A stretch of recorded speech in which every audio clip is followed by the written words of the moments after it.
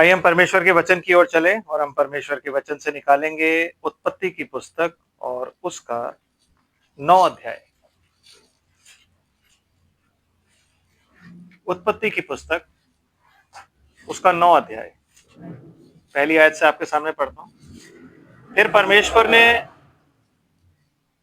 परमेश्वर ने नूह और उसके पुत्रों को आशीष दी और उनसे कहा कि फूलो फलो और बढ़ो और पृथ्वी में भर जाओ, और तुम्हारा डर और भय पृथ्वी के सब पशुओं और आकाश के सब पक्षियों और भूमि पर के सब रेंगने वाले जंतुओं और समुद्र की सब मछलियों पर बना रहे। वे तुम्हारे वश में कर दिए जाते हैं। सब चलने वाले जंतु तुम्हारा आहार होंगे। जैसा तुमको हरे हरे छोटे पेड़ दिए थे, वैसे ही अब सब कुछ देता हूं। पर मांस को प्राण समेत अर्थात लहू समेत तुम ना खाना, और निश्चय मैं तुम्हारा लहू अर्थात प्राण का पलटा लूंगा। सब पशुओं और मनुष्य दोनों से मैं उसे लूंगा। मनुष्य के प्राण का पलटा मैं एक एक के भाई बंधु से लूंगा। जो कोई मनुष्य का लहू बहाएगा, उसका लहू मनुष्य ही से बहाया जाएगा, क्योंकि परमेश्वर ने मनुष्य को अपने ही स्वरूप के अनुसार बनाया है। परमेश्वर की आशीष उसके पवित्र वचन के पढ़े और सुने जाने पर खुदा उन प्रभु यीशु मसीह के नाम में हमेशा होती रहे। आमीन। Praise the Lord. आप लोग बैठ जाइए।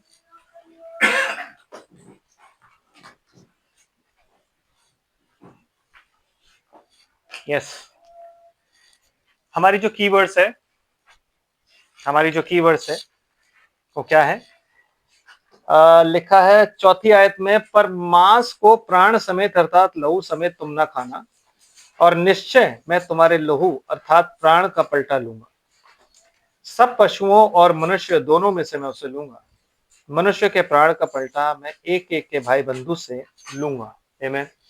कीवर्ड्स छठी है, जो कोई मनुष्य का लहू बहाएगा, उसका लहू मनुष्य ही से बहाया जाएगा, क्योंकि परमेश्वर ने मनुष्य को अपने स्वरूप के अनुसार बनाया है। आमीन। एक बार फिर परमेश्वर अपना लॉ बीच में लाता है, और उस लॉ में क्या कहता है कि जो कोई लहू बहाएगा, उसका भी लहू बहाया जाएगा। आमीन। भाई बंधुओं के द्वारा मनुष्य के, उसका लहू भी बहाया जाएगा। तो ये परमेश्वर का लॉ है। और लॉ क्या है? प्राण के बदले प्राण, लहू के बदले लहू, आंख के बदले आंख, दांत के बदले दांत, हाथ के बदले हाथ, पैर के बदले पैर। मतलब जो कुछ भी करोगे उसके बदले एग्जैक्ट वही चीज होगी। और उसे ही कहते हैं जो करना है और वही बोना है।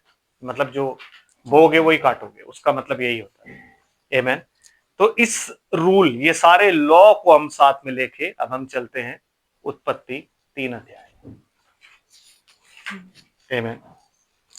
और इसके अनुसार अब हम उत्पत्ति 3 अध्याय को, जहां हमने पिछली बार छोड़ा था, वहां से हम आगे बढ़ना शुरू करते हैं।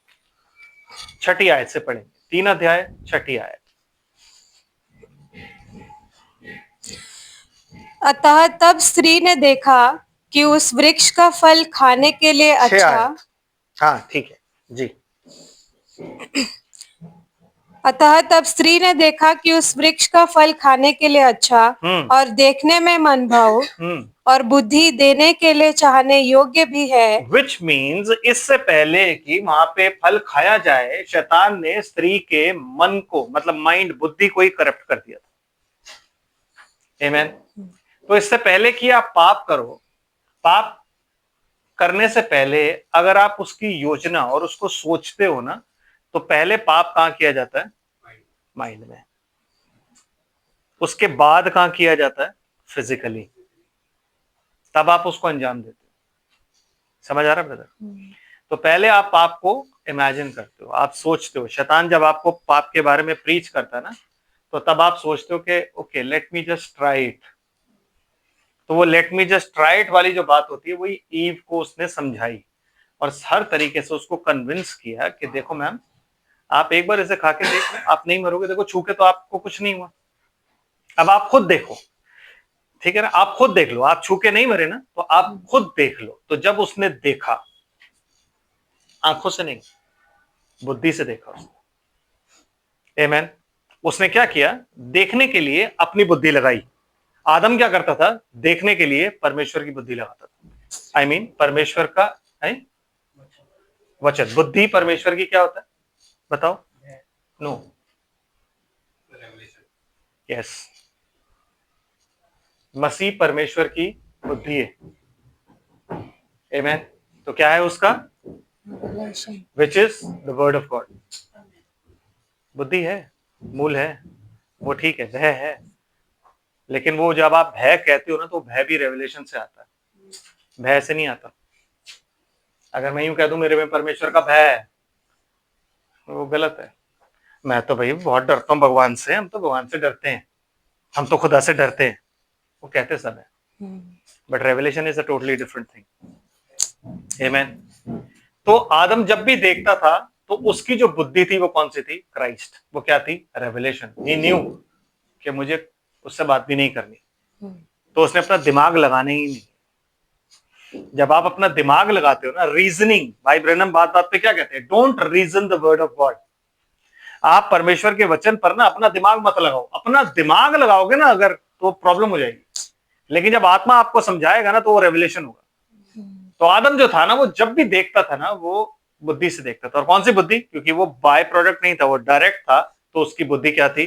परमेश्वर का वचन, उसका रेवलेशन। आमेन। जो मन मसीह में पाया जाता था वही उसमें था। Let the mind of Christ be in us. मसीह का मन हमारे अंदर। आमेन।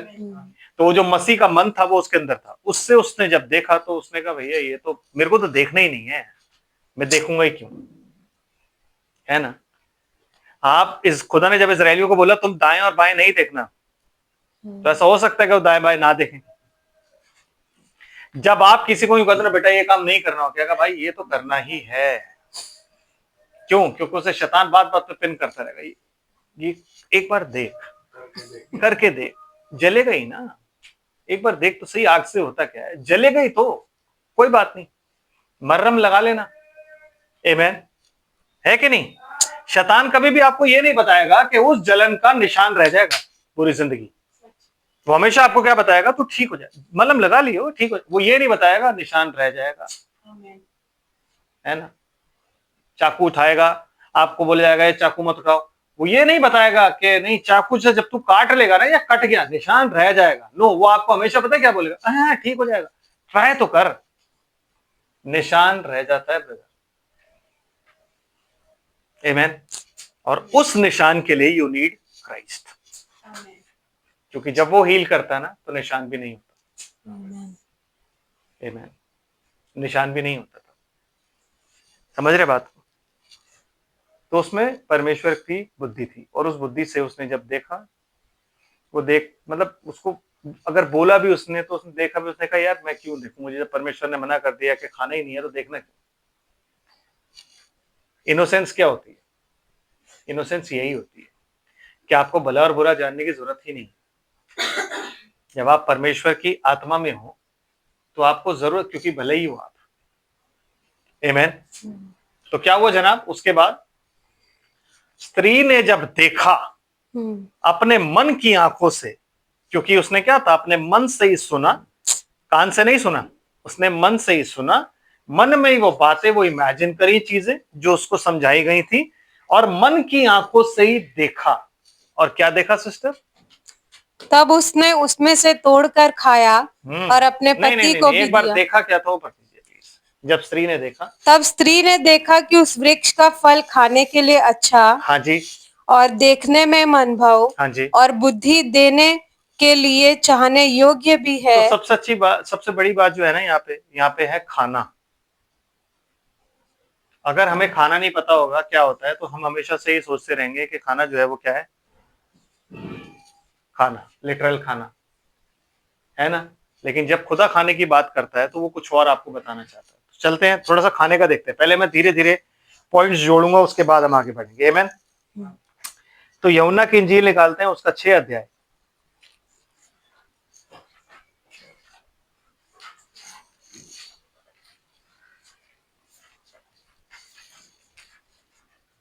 और उसकी 22 आयत से पढ़ेंगे। यूहन्ना की इंजील 6 अध्याय 22 से 35 आयत।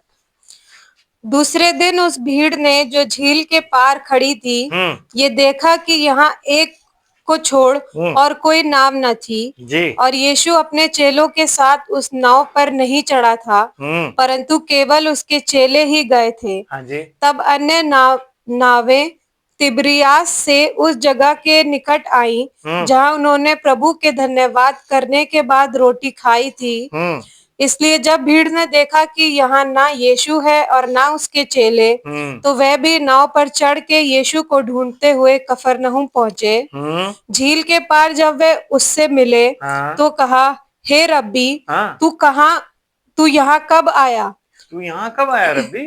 तो यीशु ने उन्हें उत्तर दिया, मैं तुमसे सच सच कहता हूँ, तुम मुझे इसलिए नहीं ढूंढते हो कि तुमने आश्चर्य कर्म देखे, परंतु इसलिए कि तुम रोटियां खाकर तृप्त हुए, नाशवान भोजन के लिए परिश्रम ना करो। हाँ जी। और परंतु उस भोजन के लिए जो अनंत जीवन तक ठहरता है। ये कौन सा भोजन है ब्रदर एंड सिस्टर, जो अनंत जीवन तक ठहरता है? आमीन। ये वो भोजन है जो शुरू से है, आदि से है, और जब आदम बना तब भी था। कहाँ? ट्री ऑफ लाइफ, जिससे वो खाते थे और अनंत जीवन तक ठहरते हैं। और वो भोजन क्या होता है? उसे बोलते हैं फेलोशिप। आगे पढ़िए सिस्टर, क्या लिखा है? जिसे मनुष्य का पुत्र तुम्हें देगा जी, क्योंकि पिता अर्थात परमेश्वर ने उसी पर छाप लगाई है, उसी को सील कर रखा है। आमीन। विच मीन्स वो भोजन कौन खाएंगे? Who are sealed by Holy Ghost. परमेश्वर ने उस पर सील क्यों कर रखा है? हर कोई ये भोजन नहीं खा सकता। अगर आप सोचो ना कि सब खा लेंगे तो खा के उल्टी कर देते हैं लोग, क्योंकि उन्हें हजम नहीं होता। हम कहते हैं ना रोटी हजम नहीं होती हर किसी को। क्यों?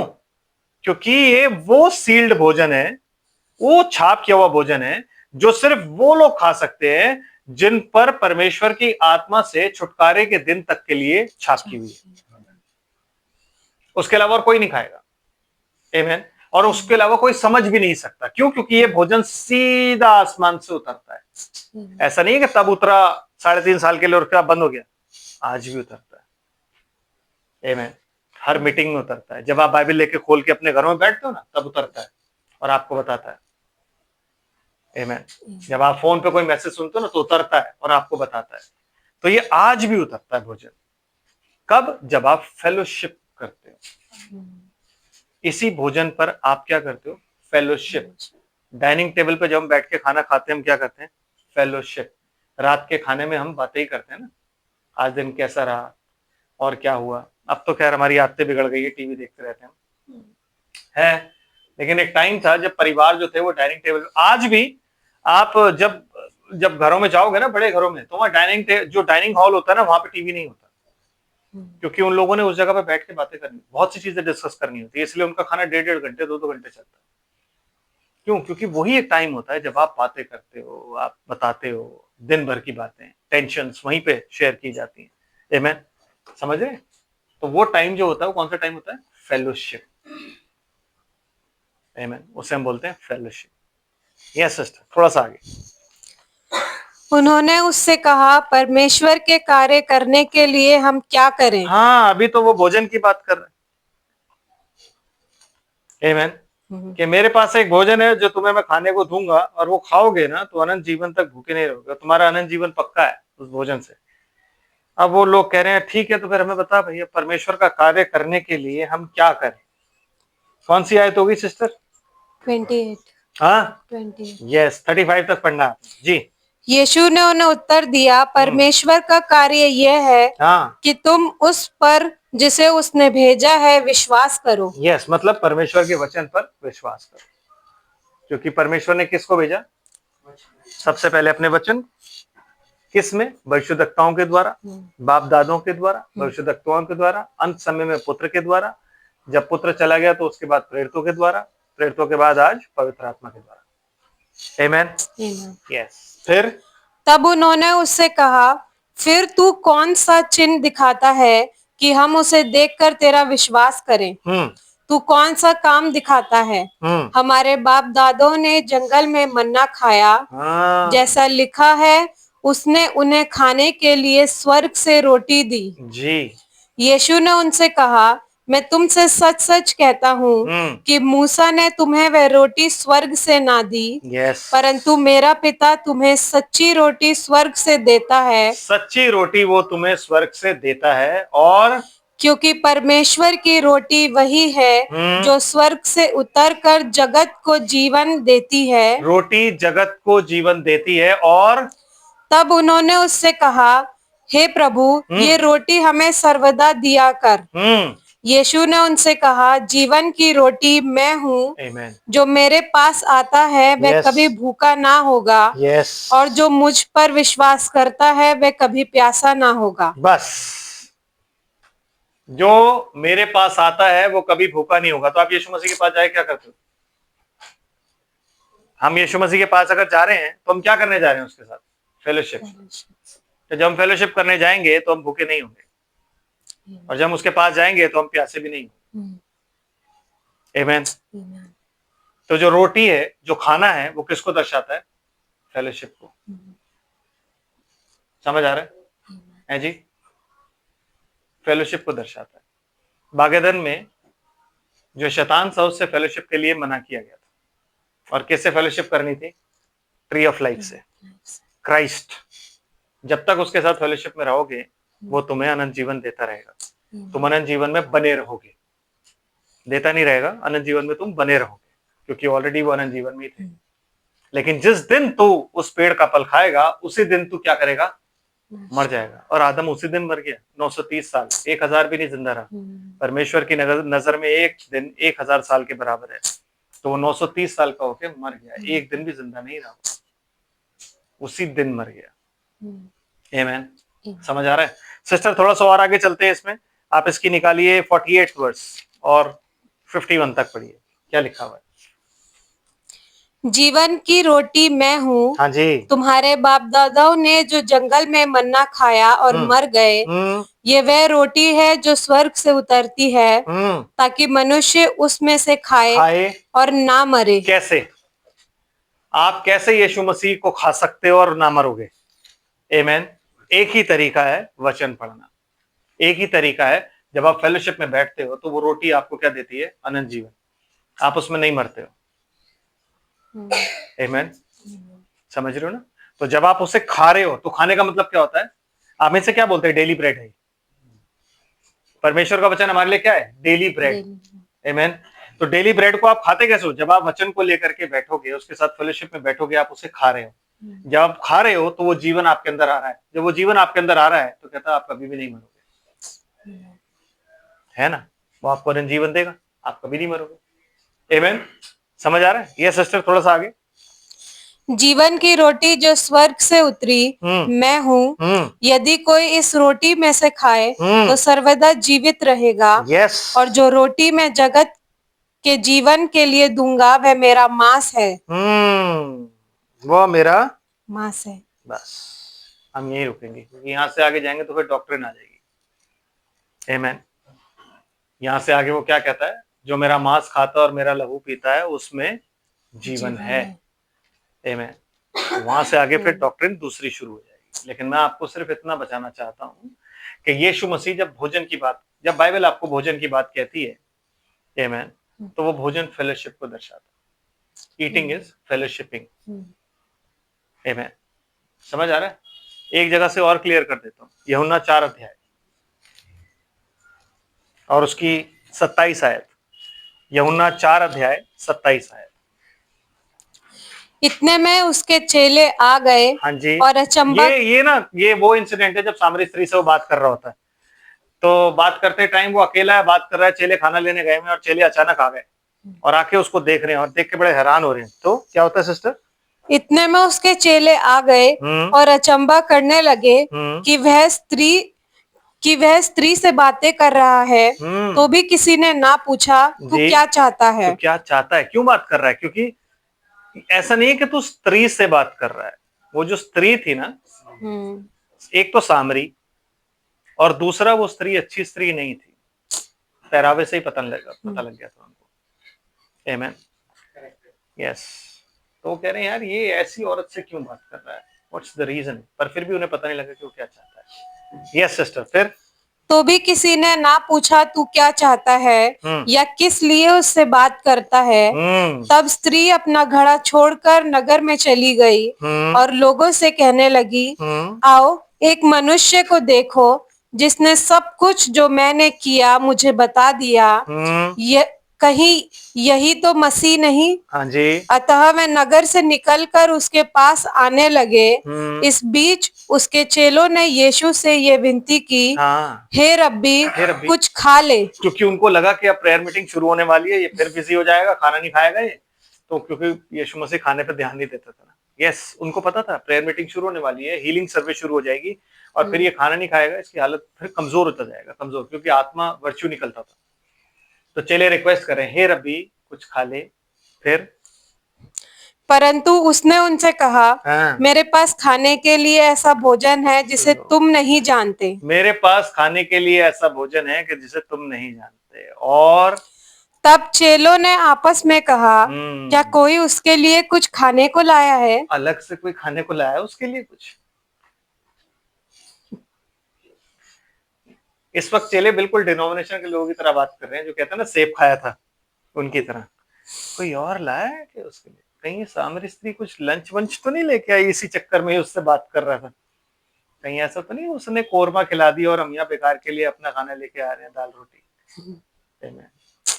Yes sister. फिर यीशु ने उनसे कहा, मेरा भोजन यह है कि अपने भेजने वाले की इच्छा के अनुसार चलूं और उसका काम पूरा करूं। मतलब उसका भोजन क्या है कि अपने भेजने वाले की इच्छा के अनुसार चलूं। और भेजने वाले की इच्छा क्या है? What is the will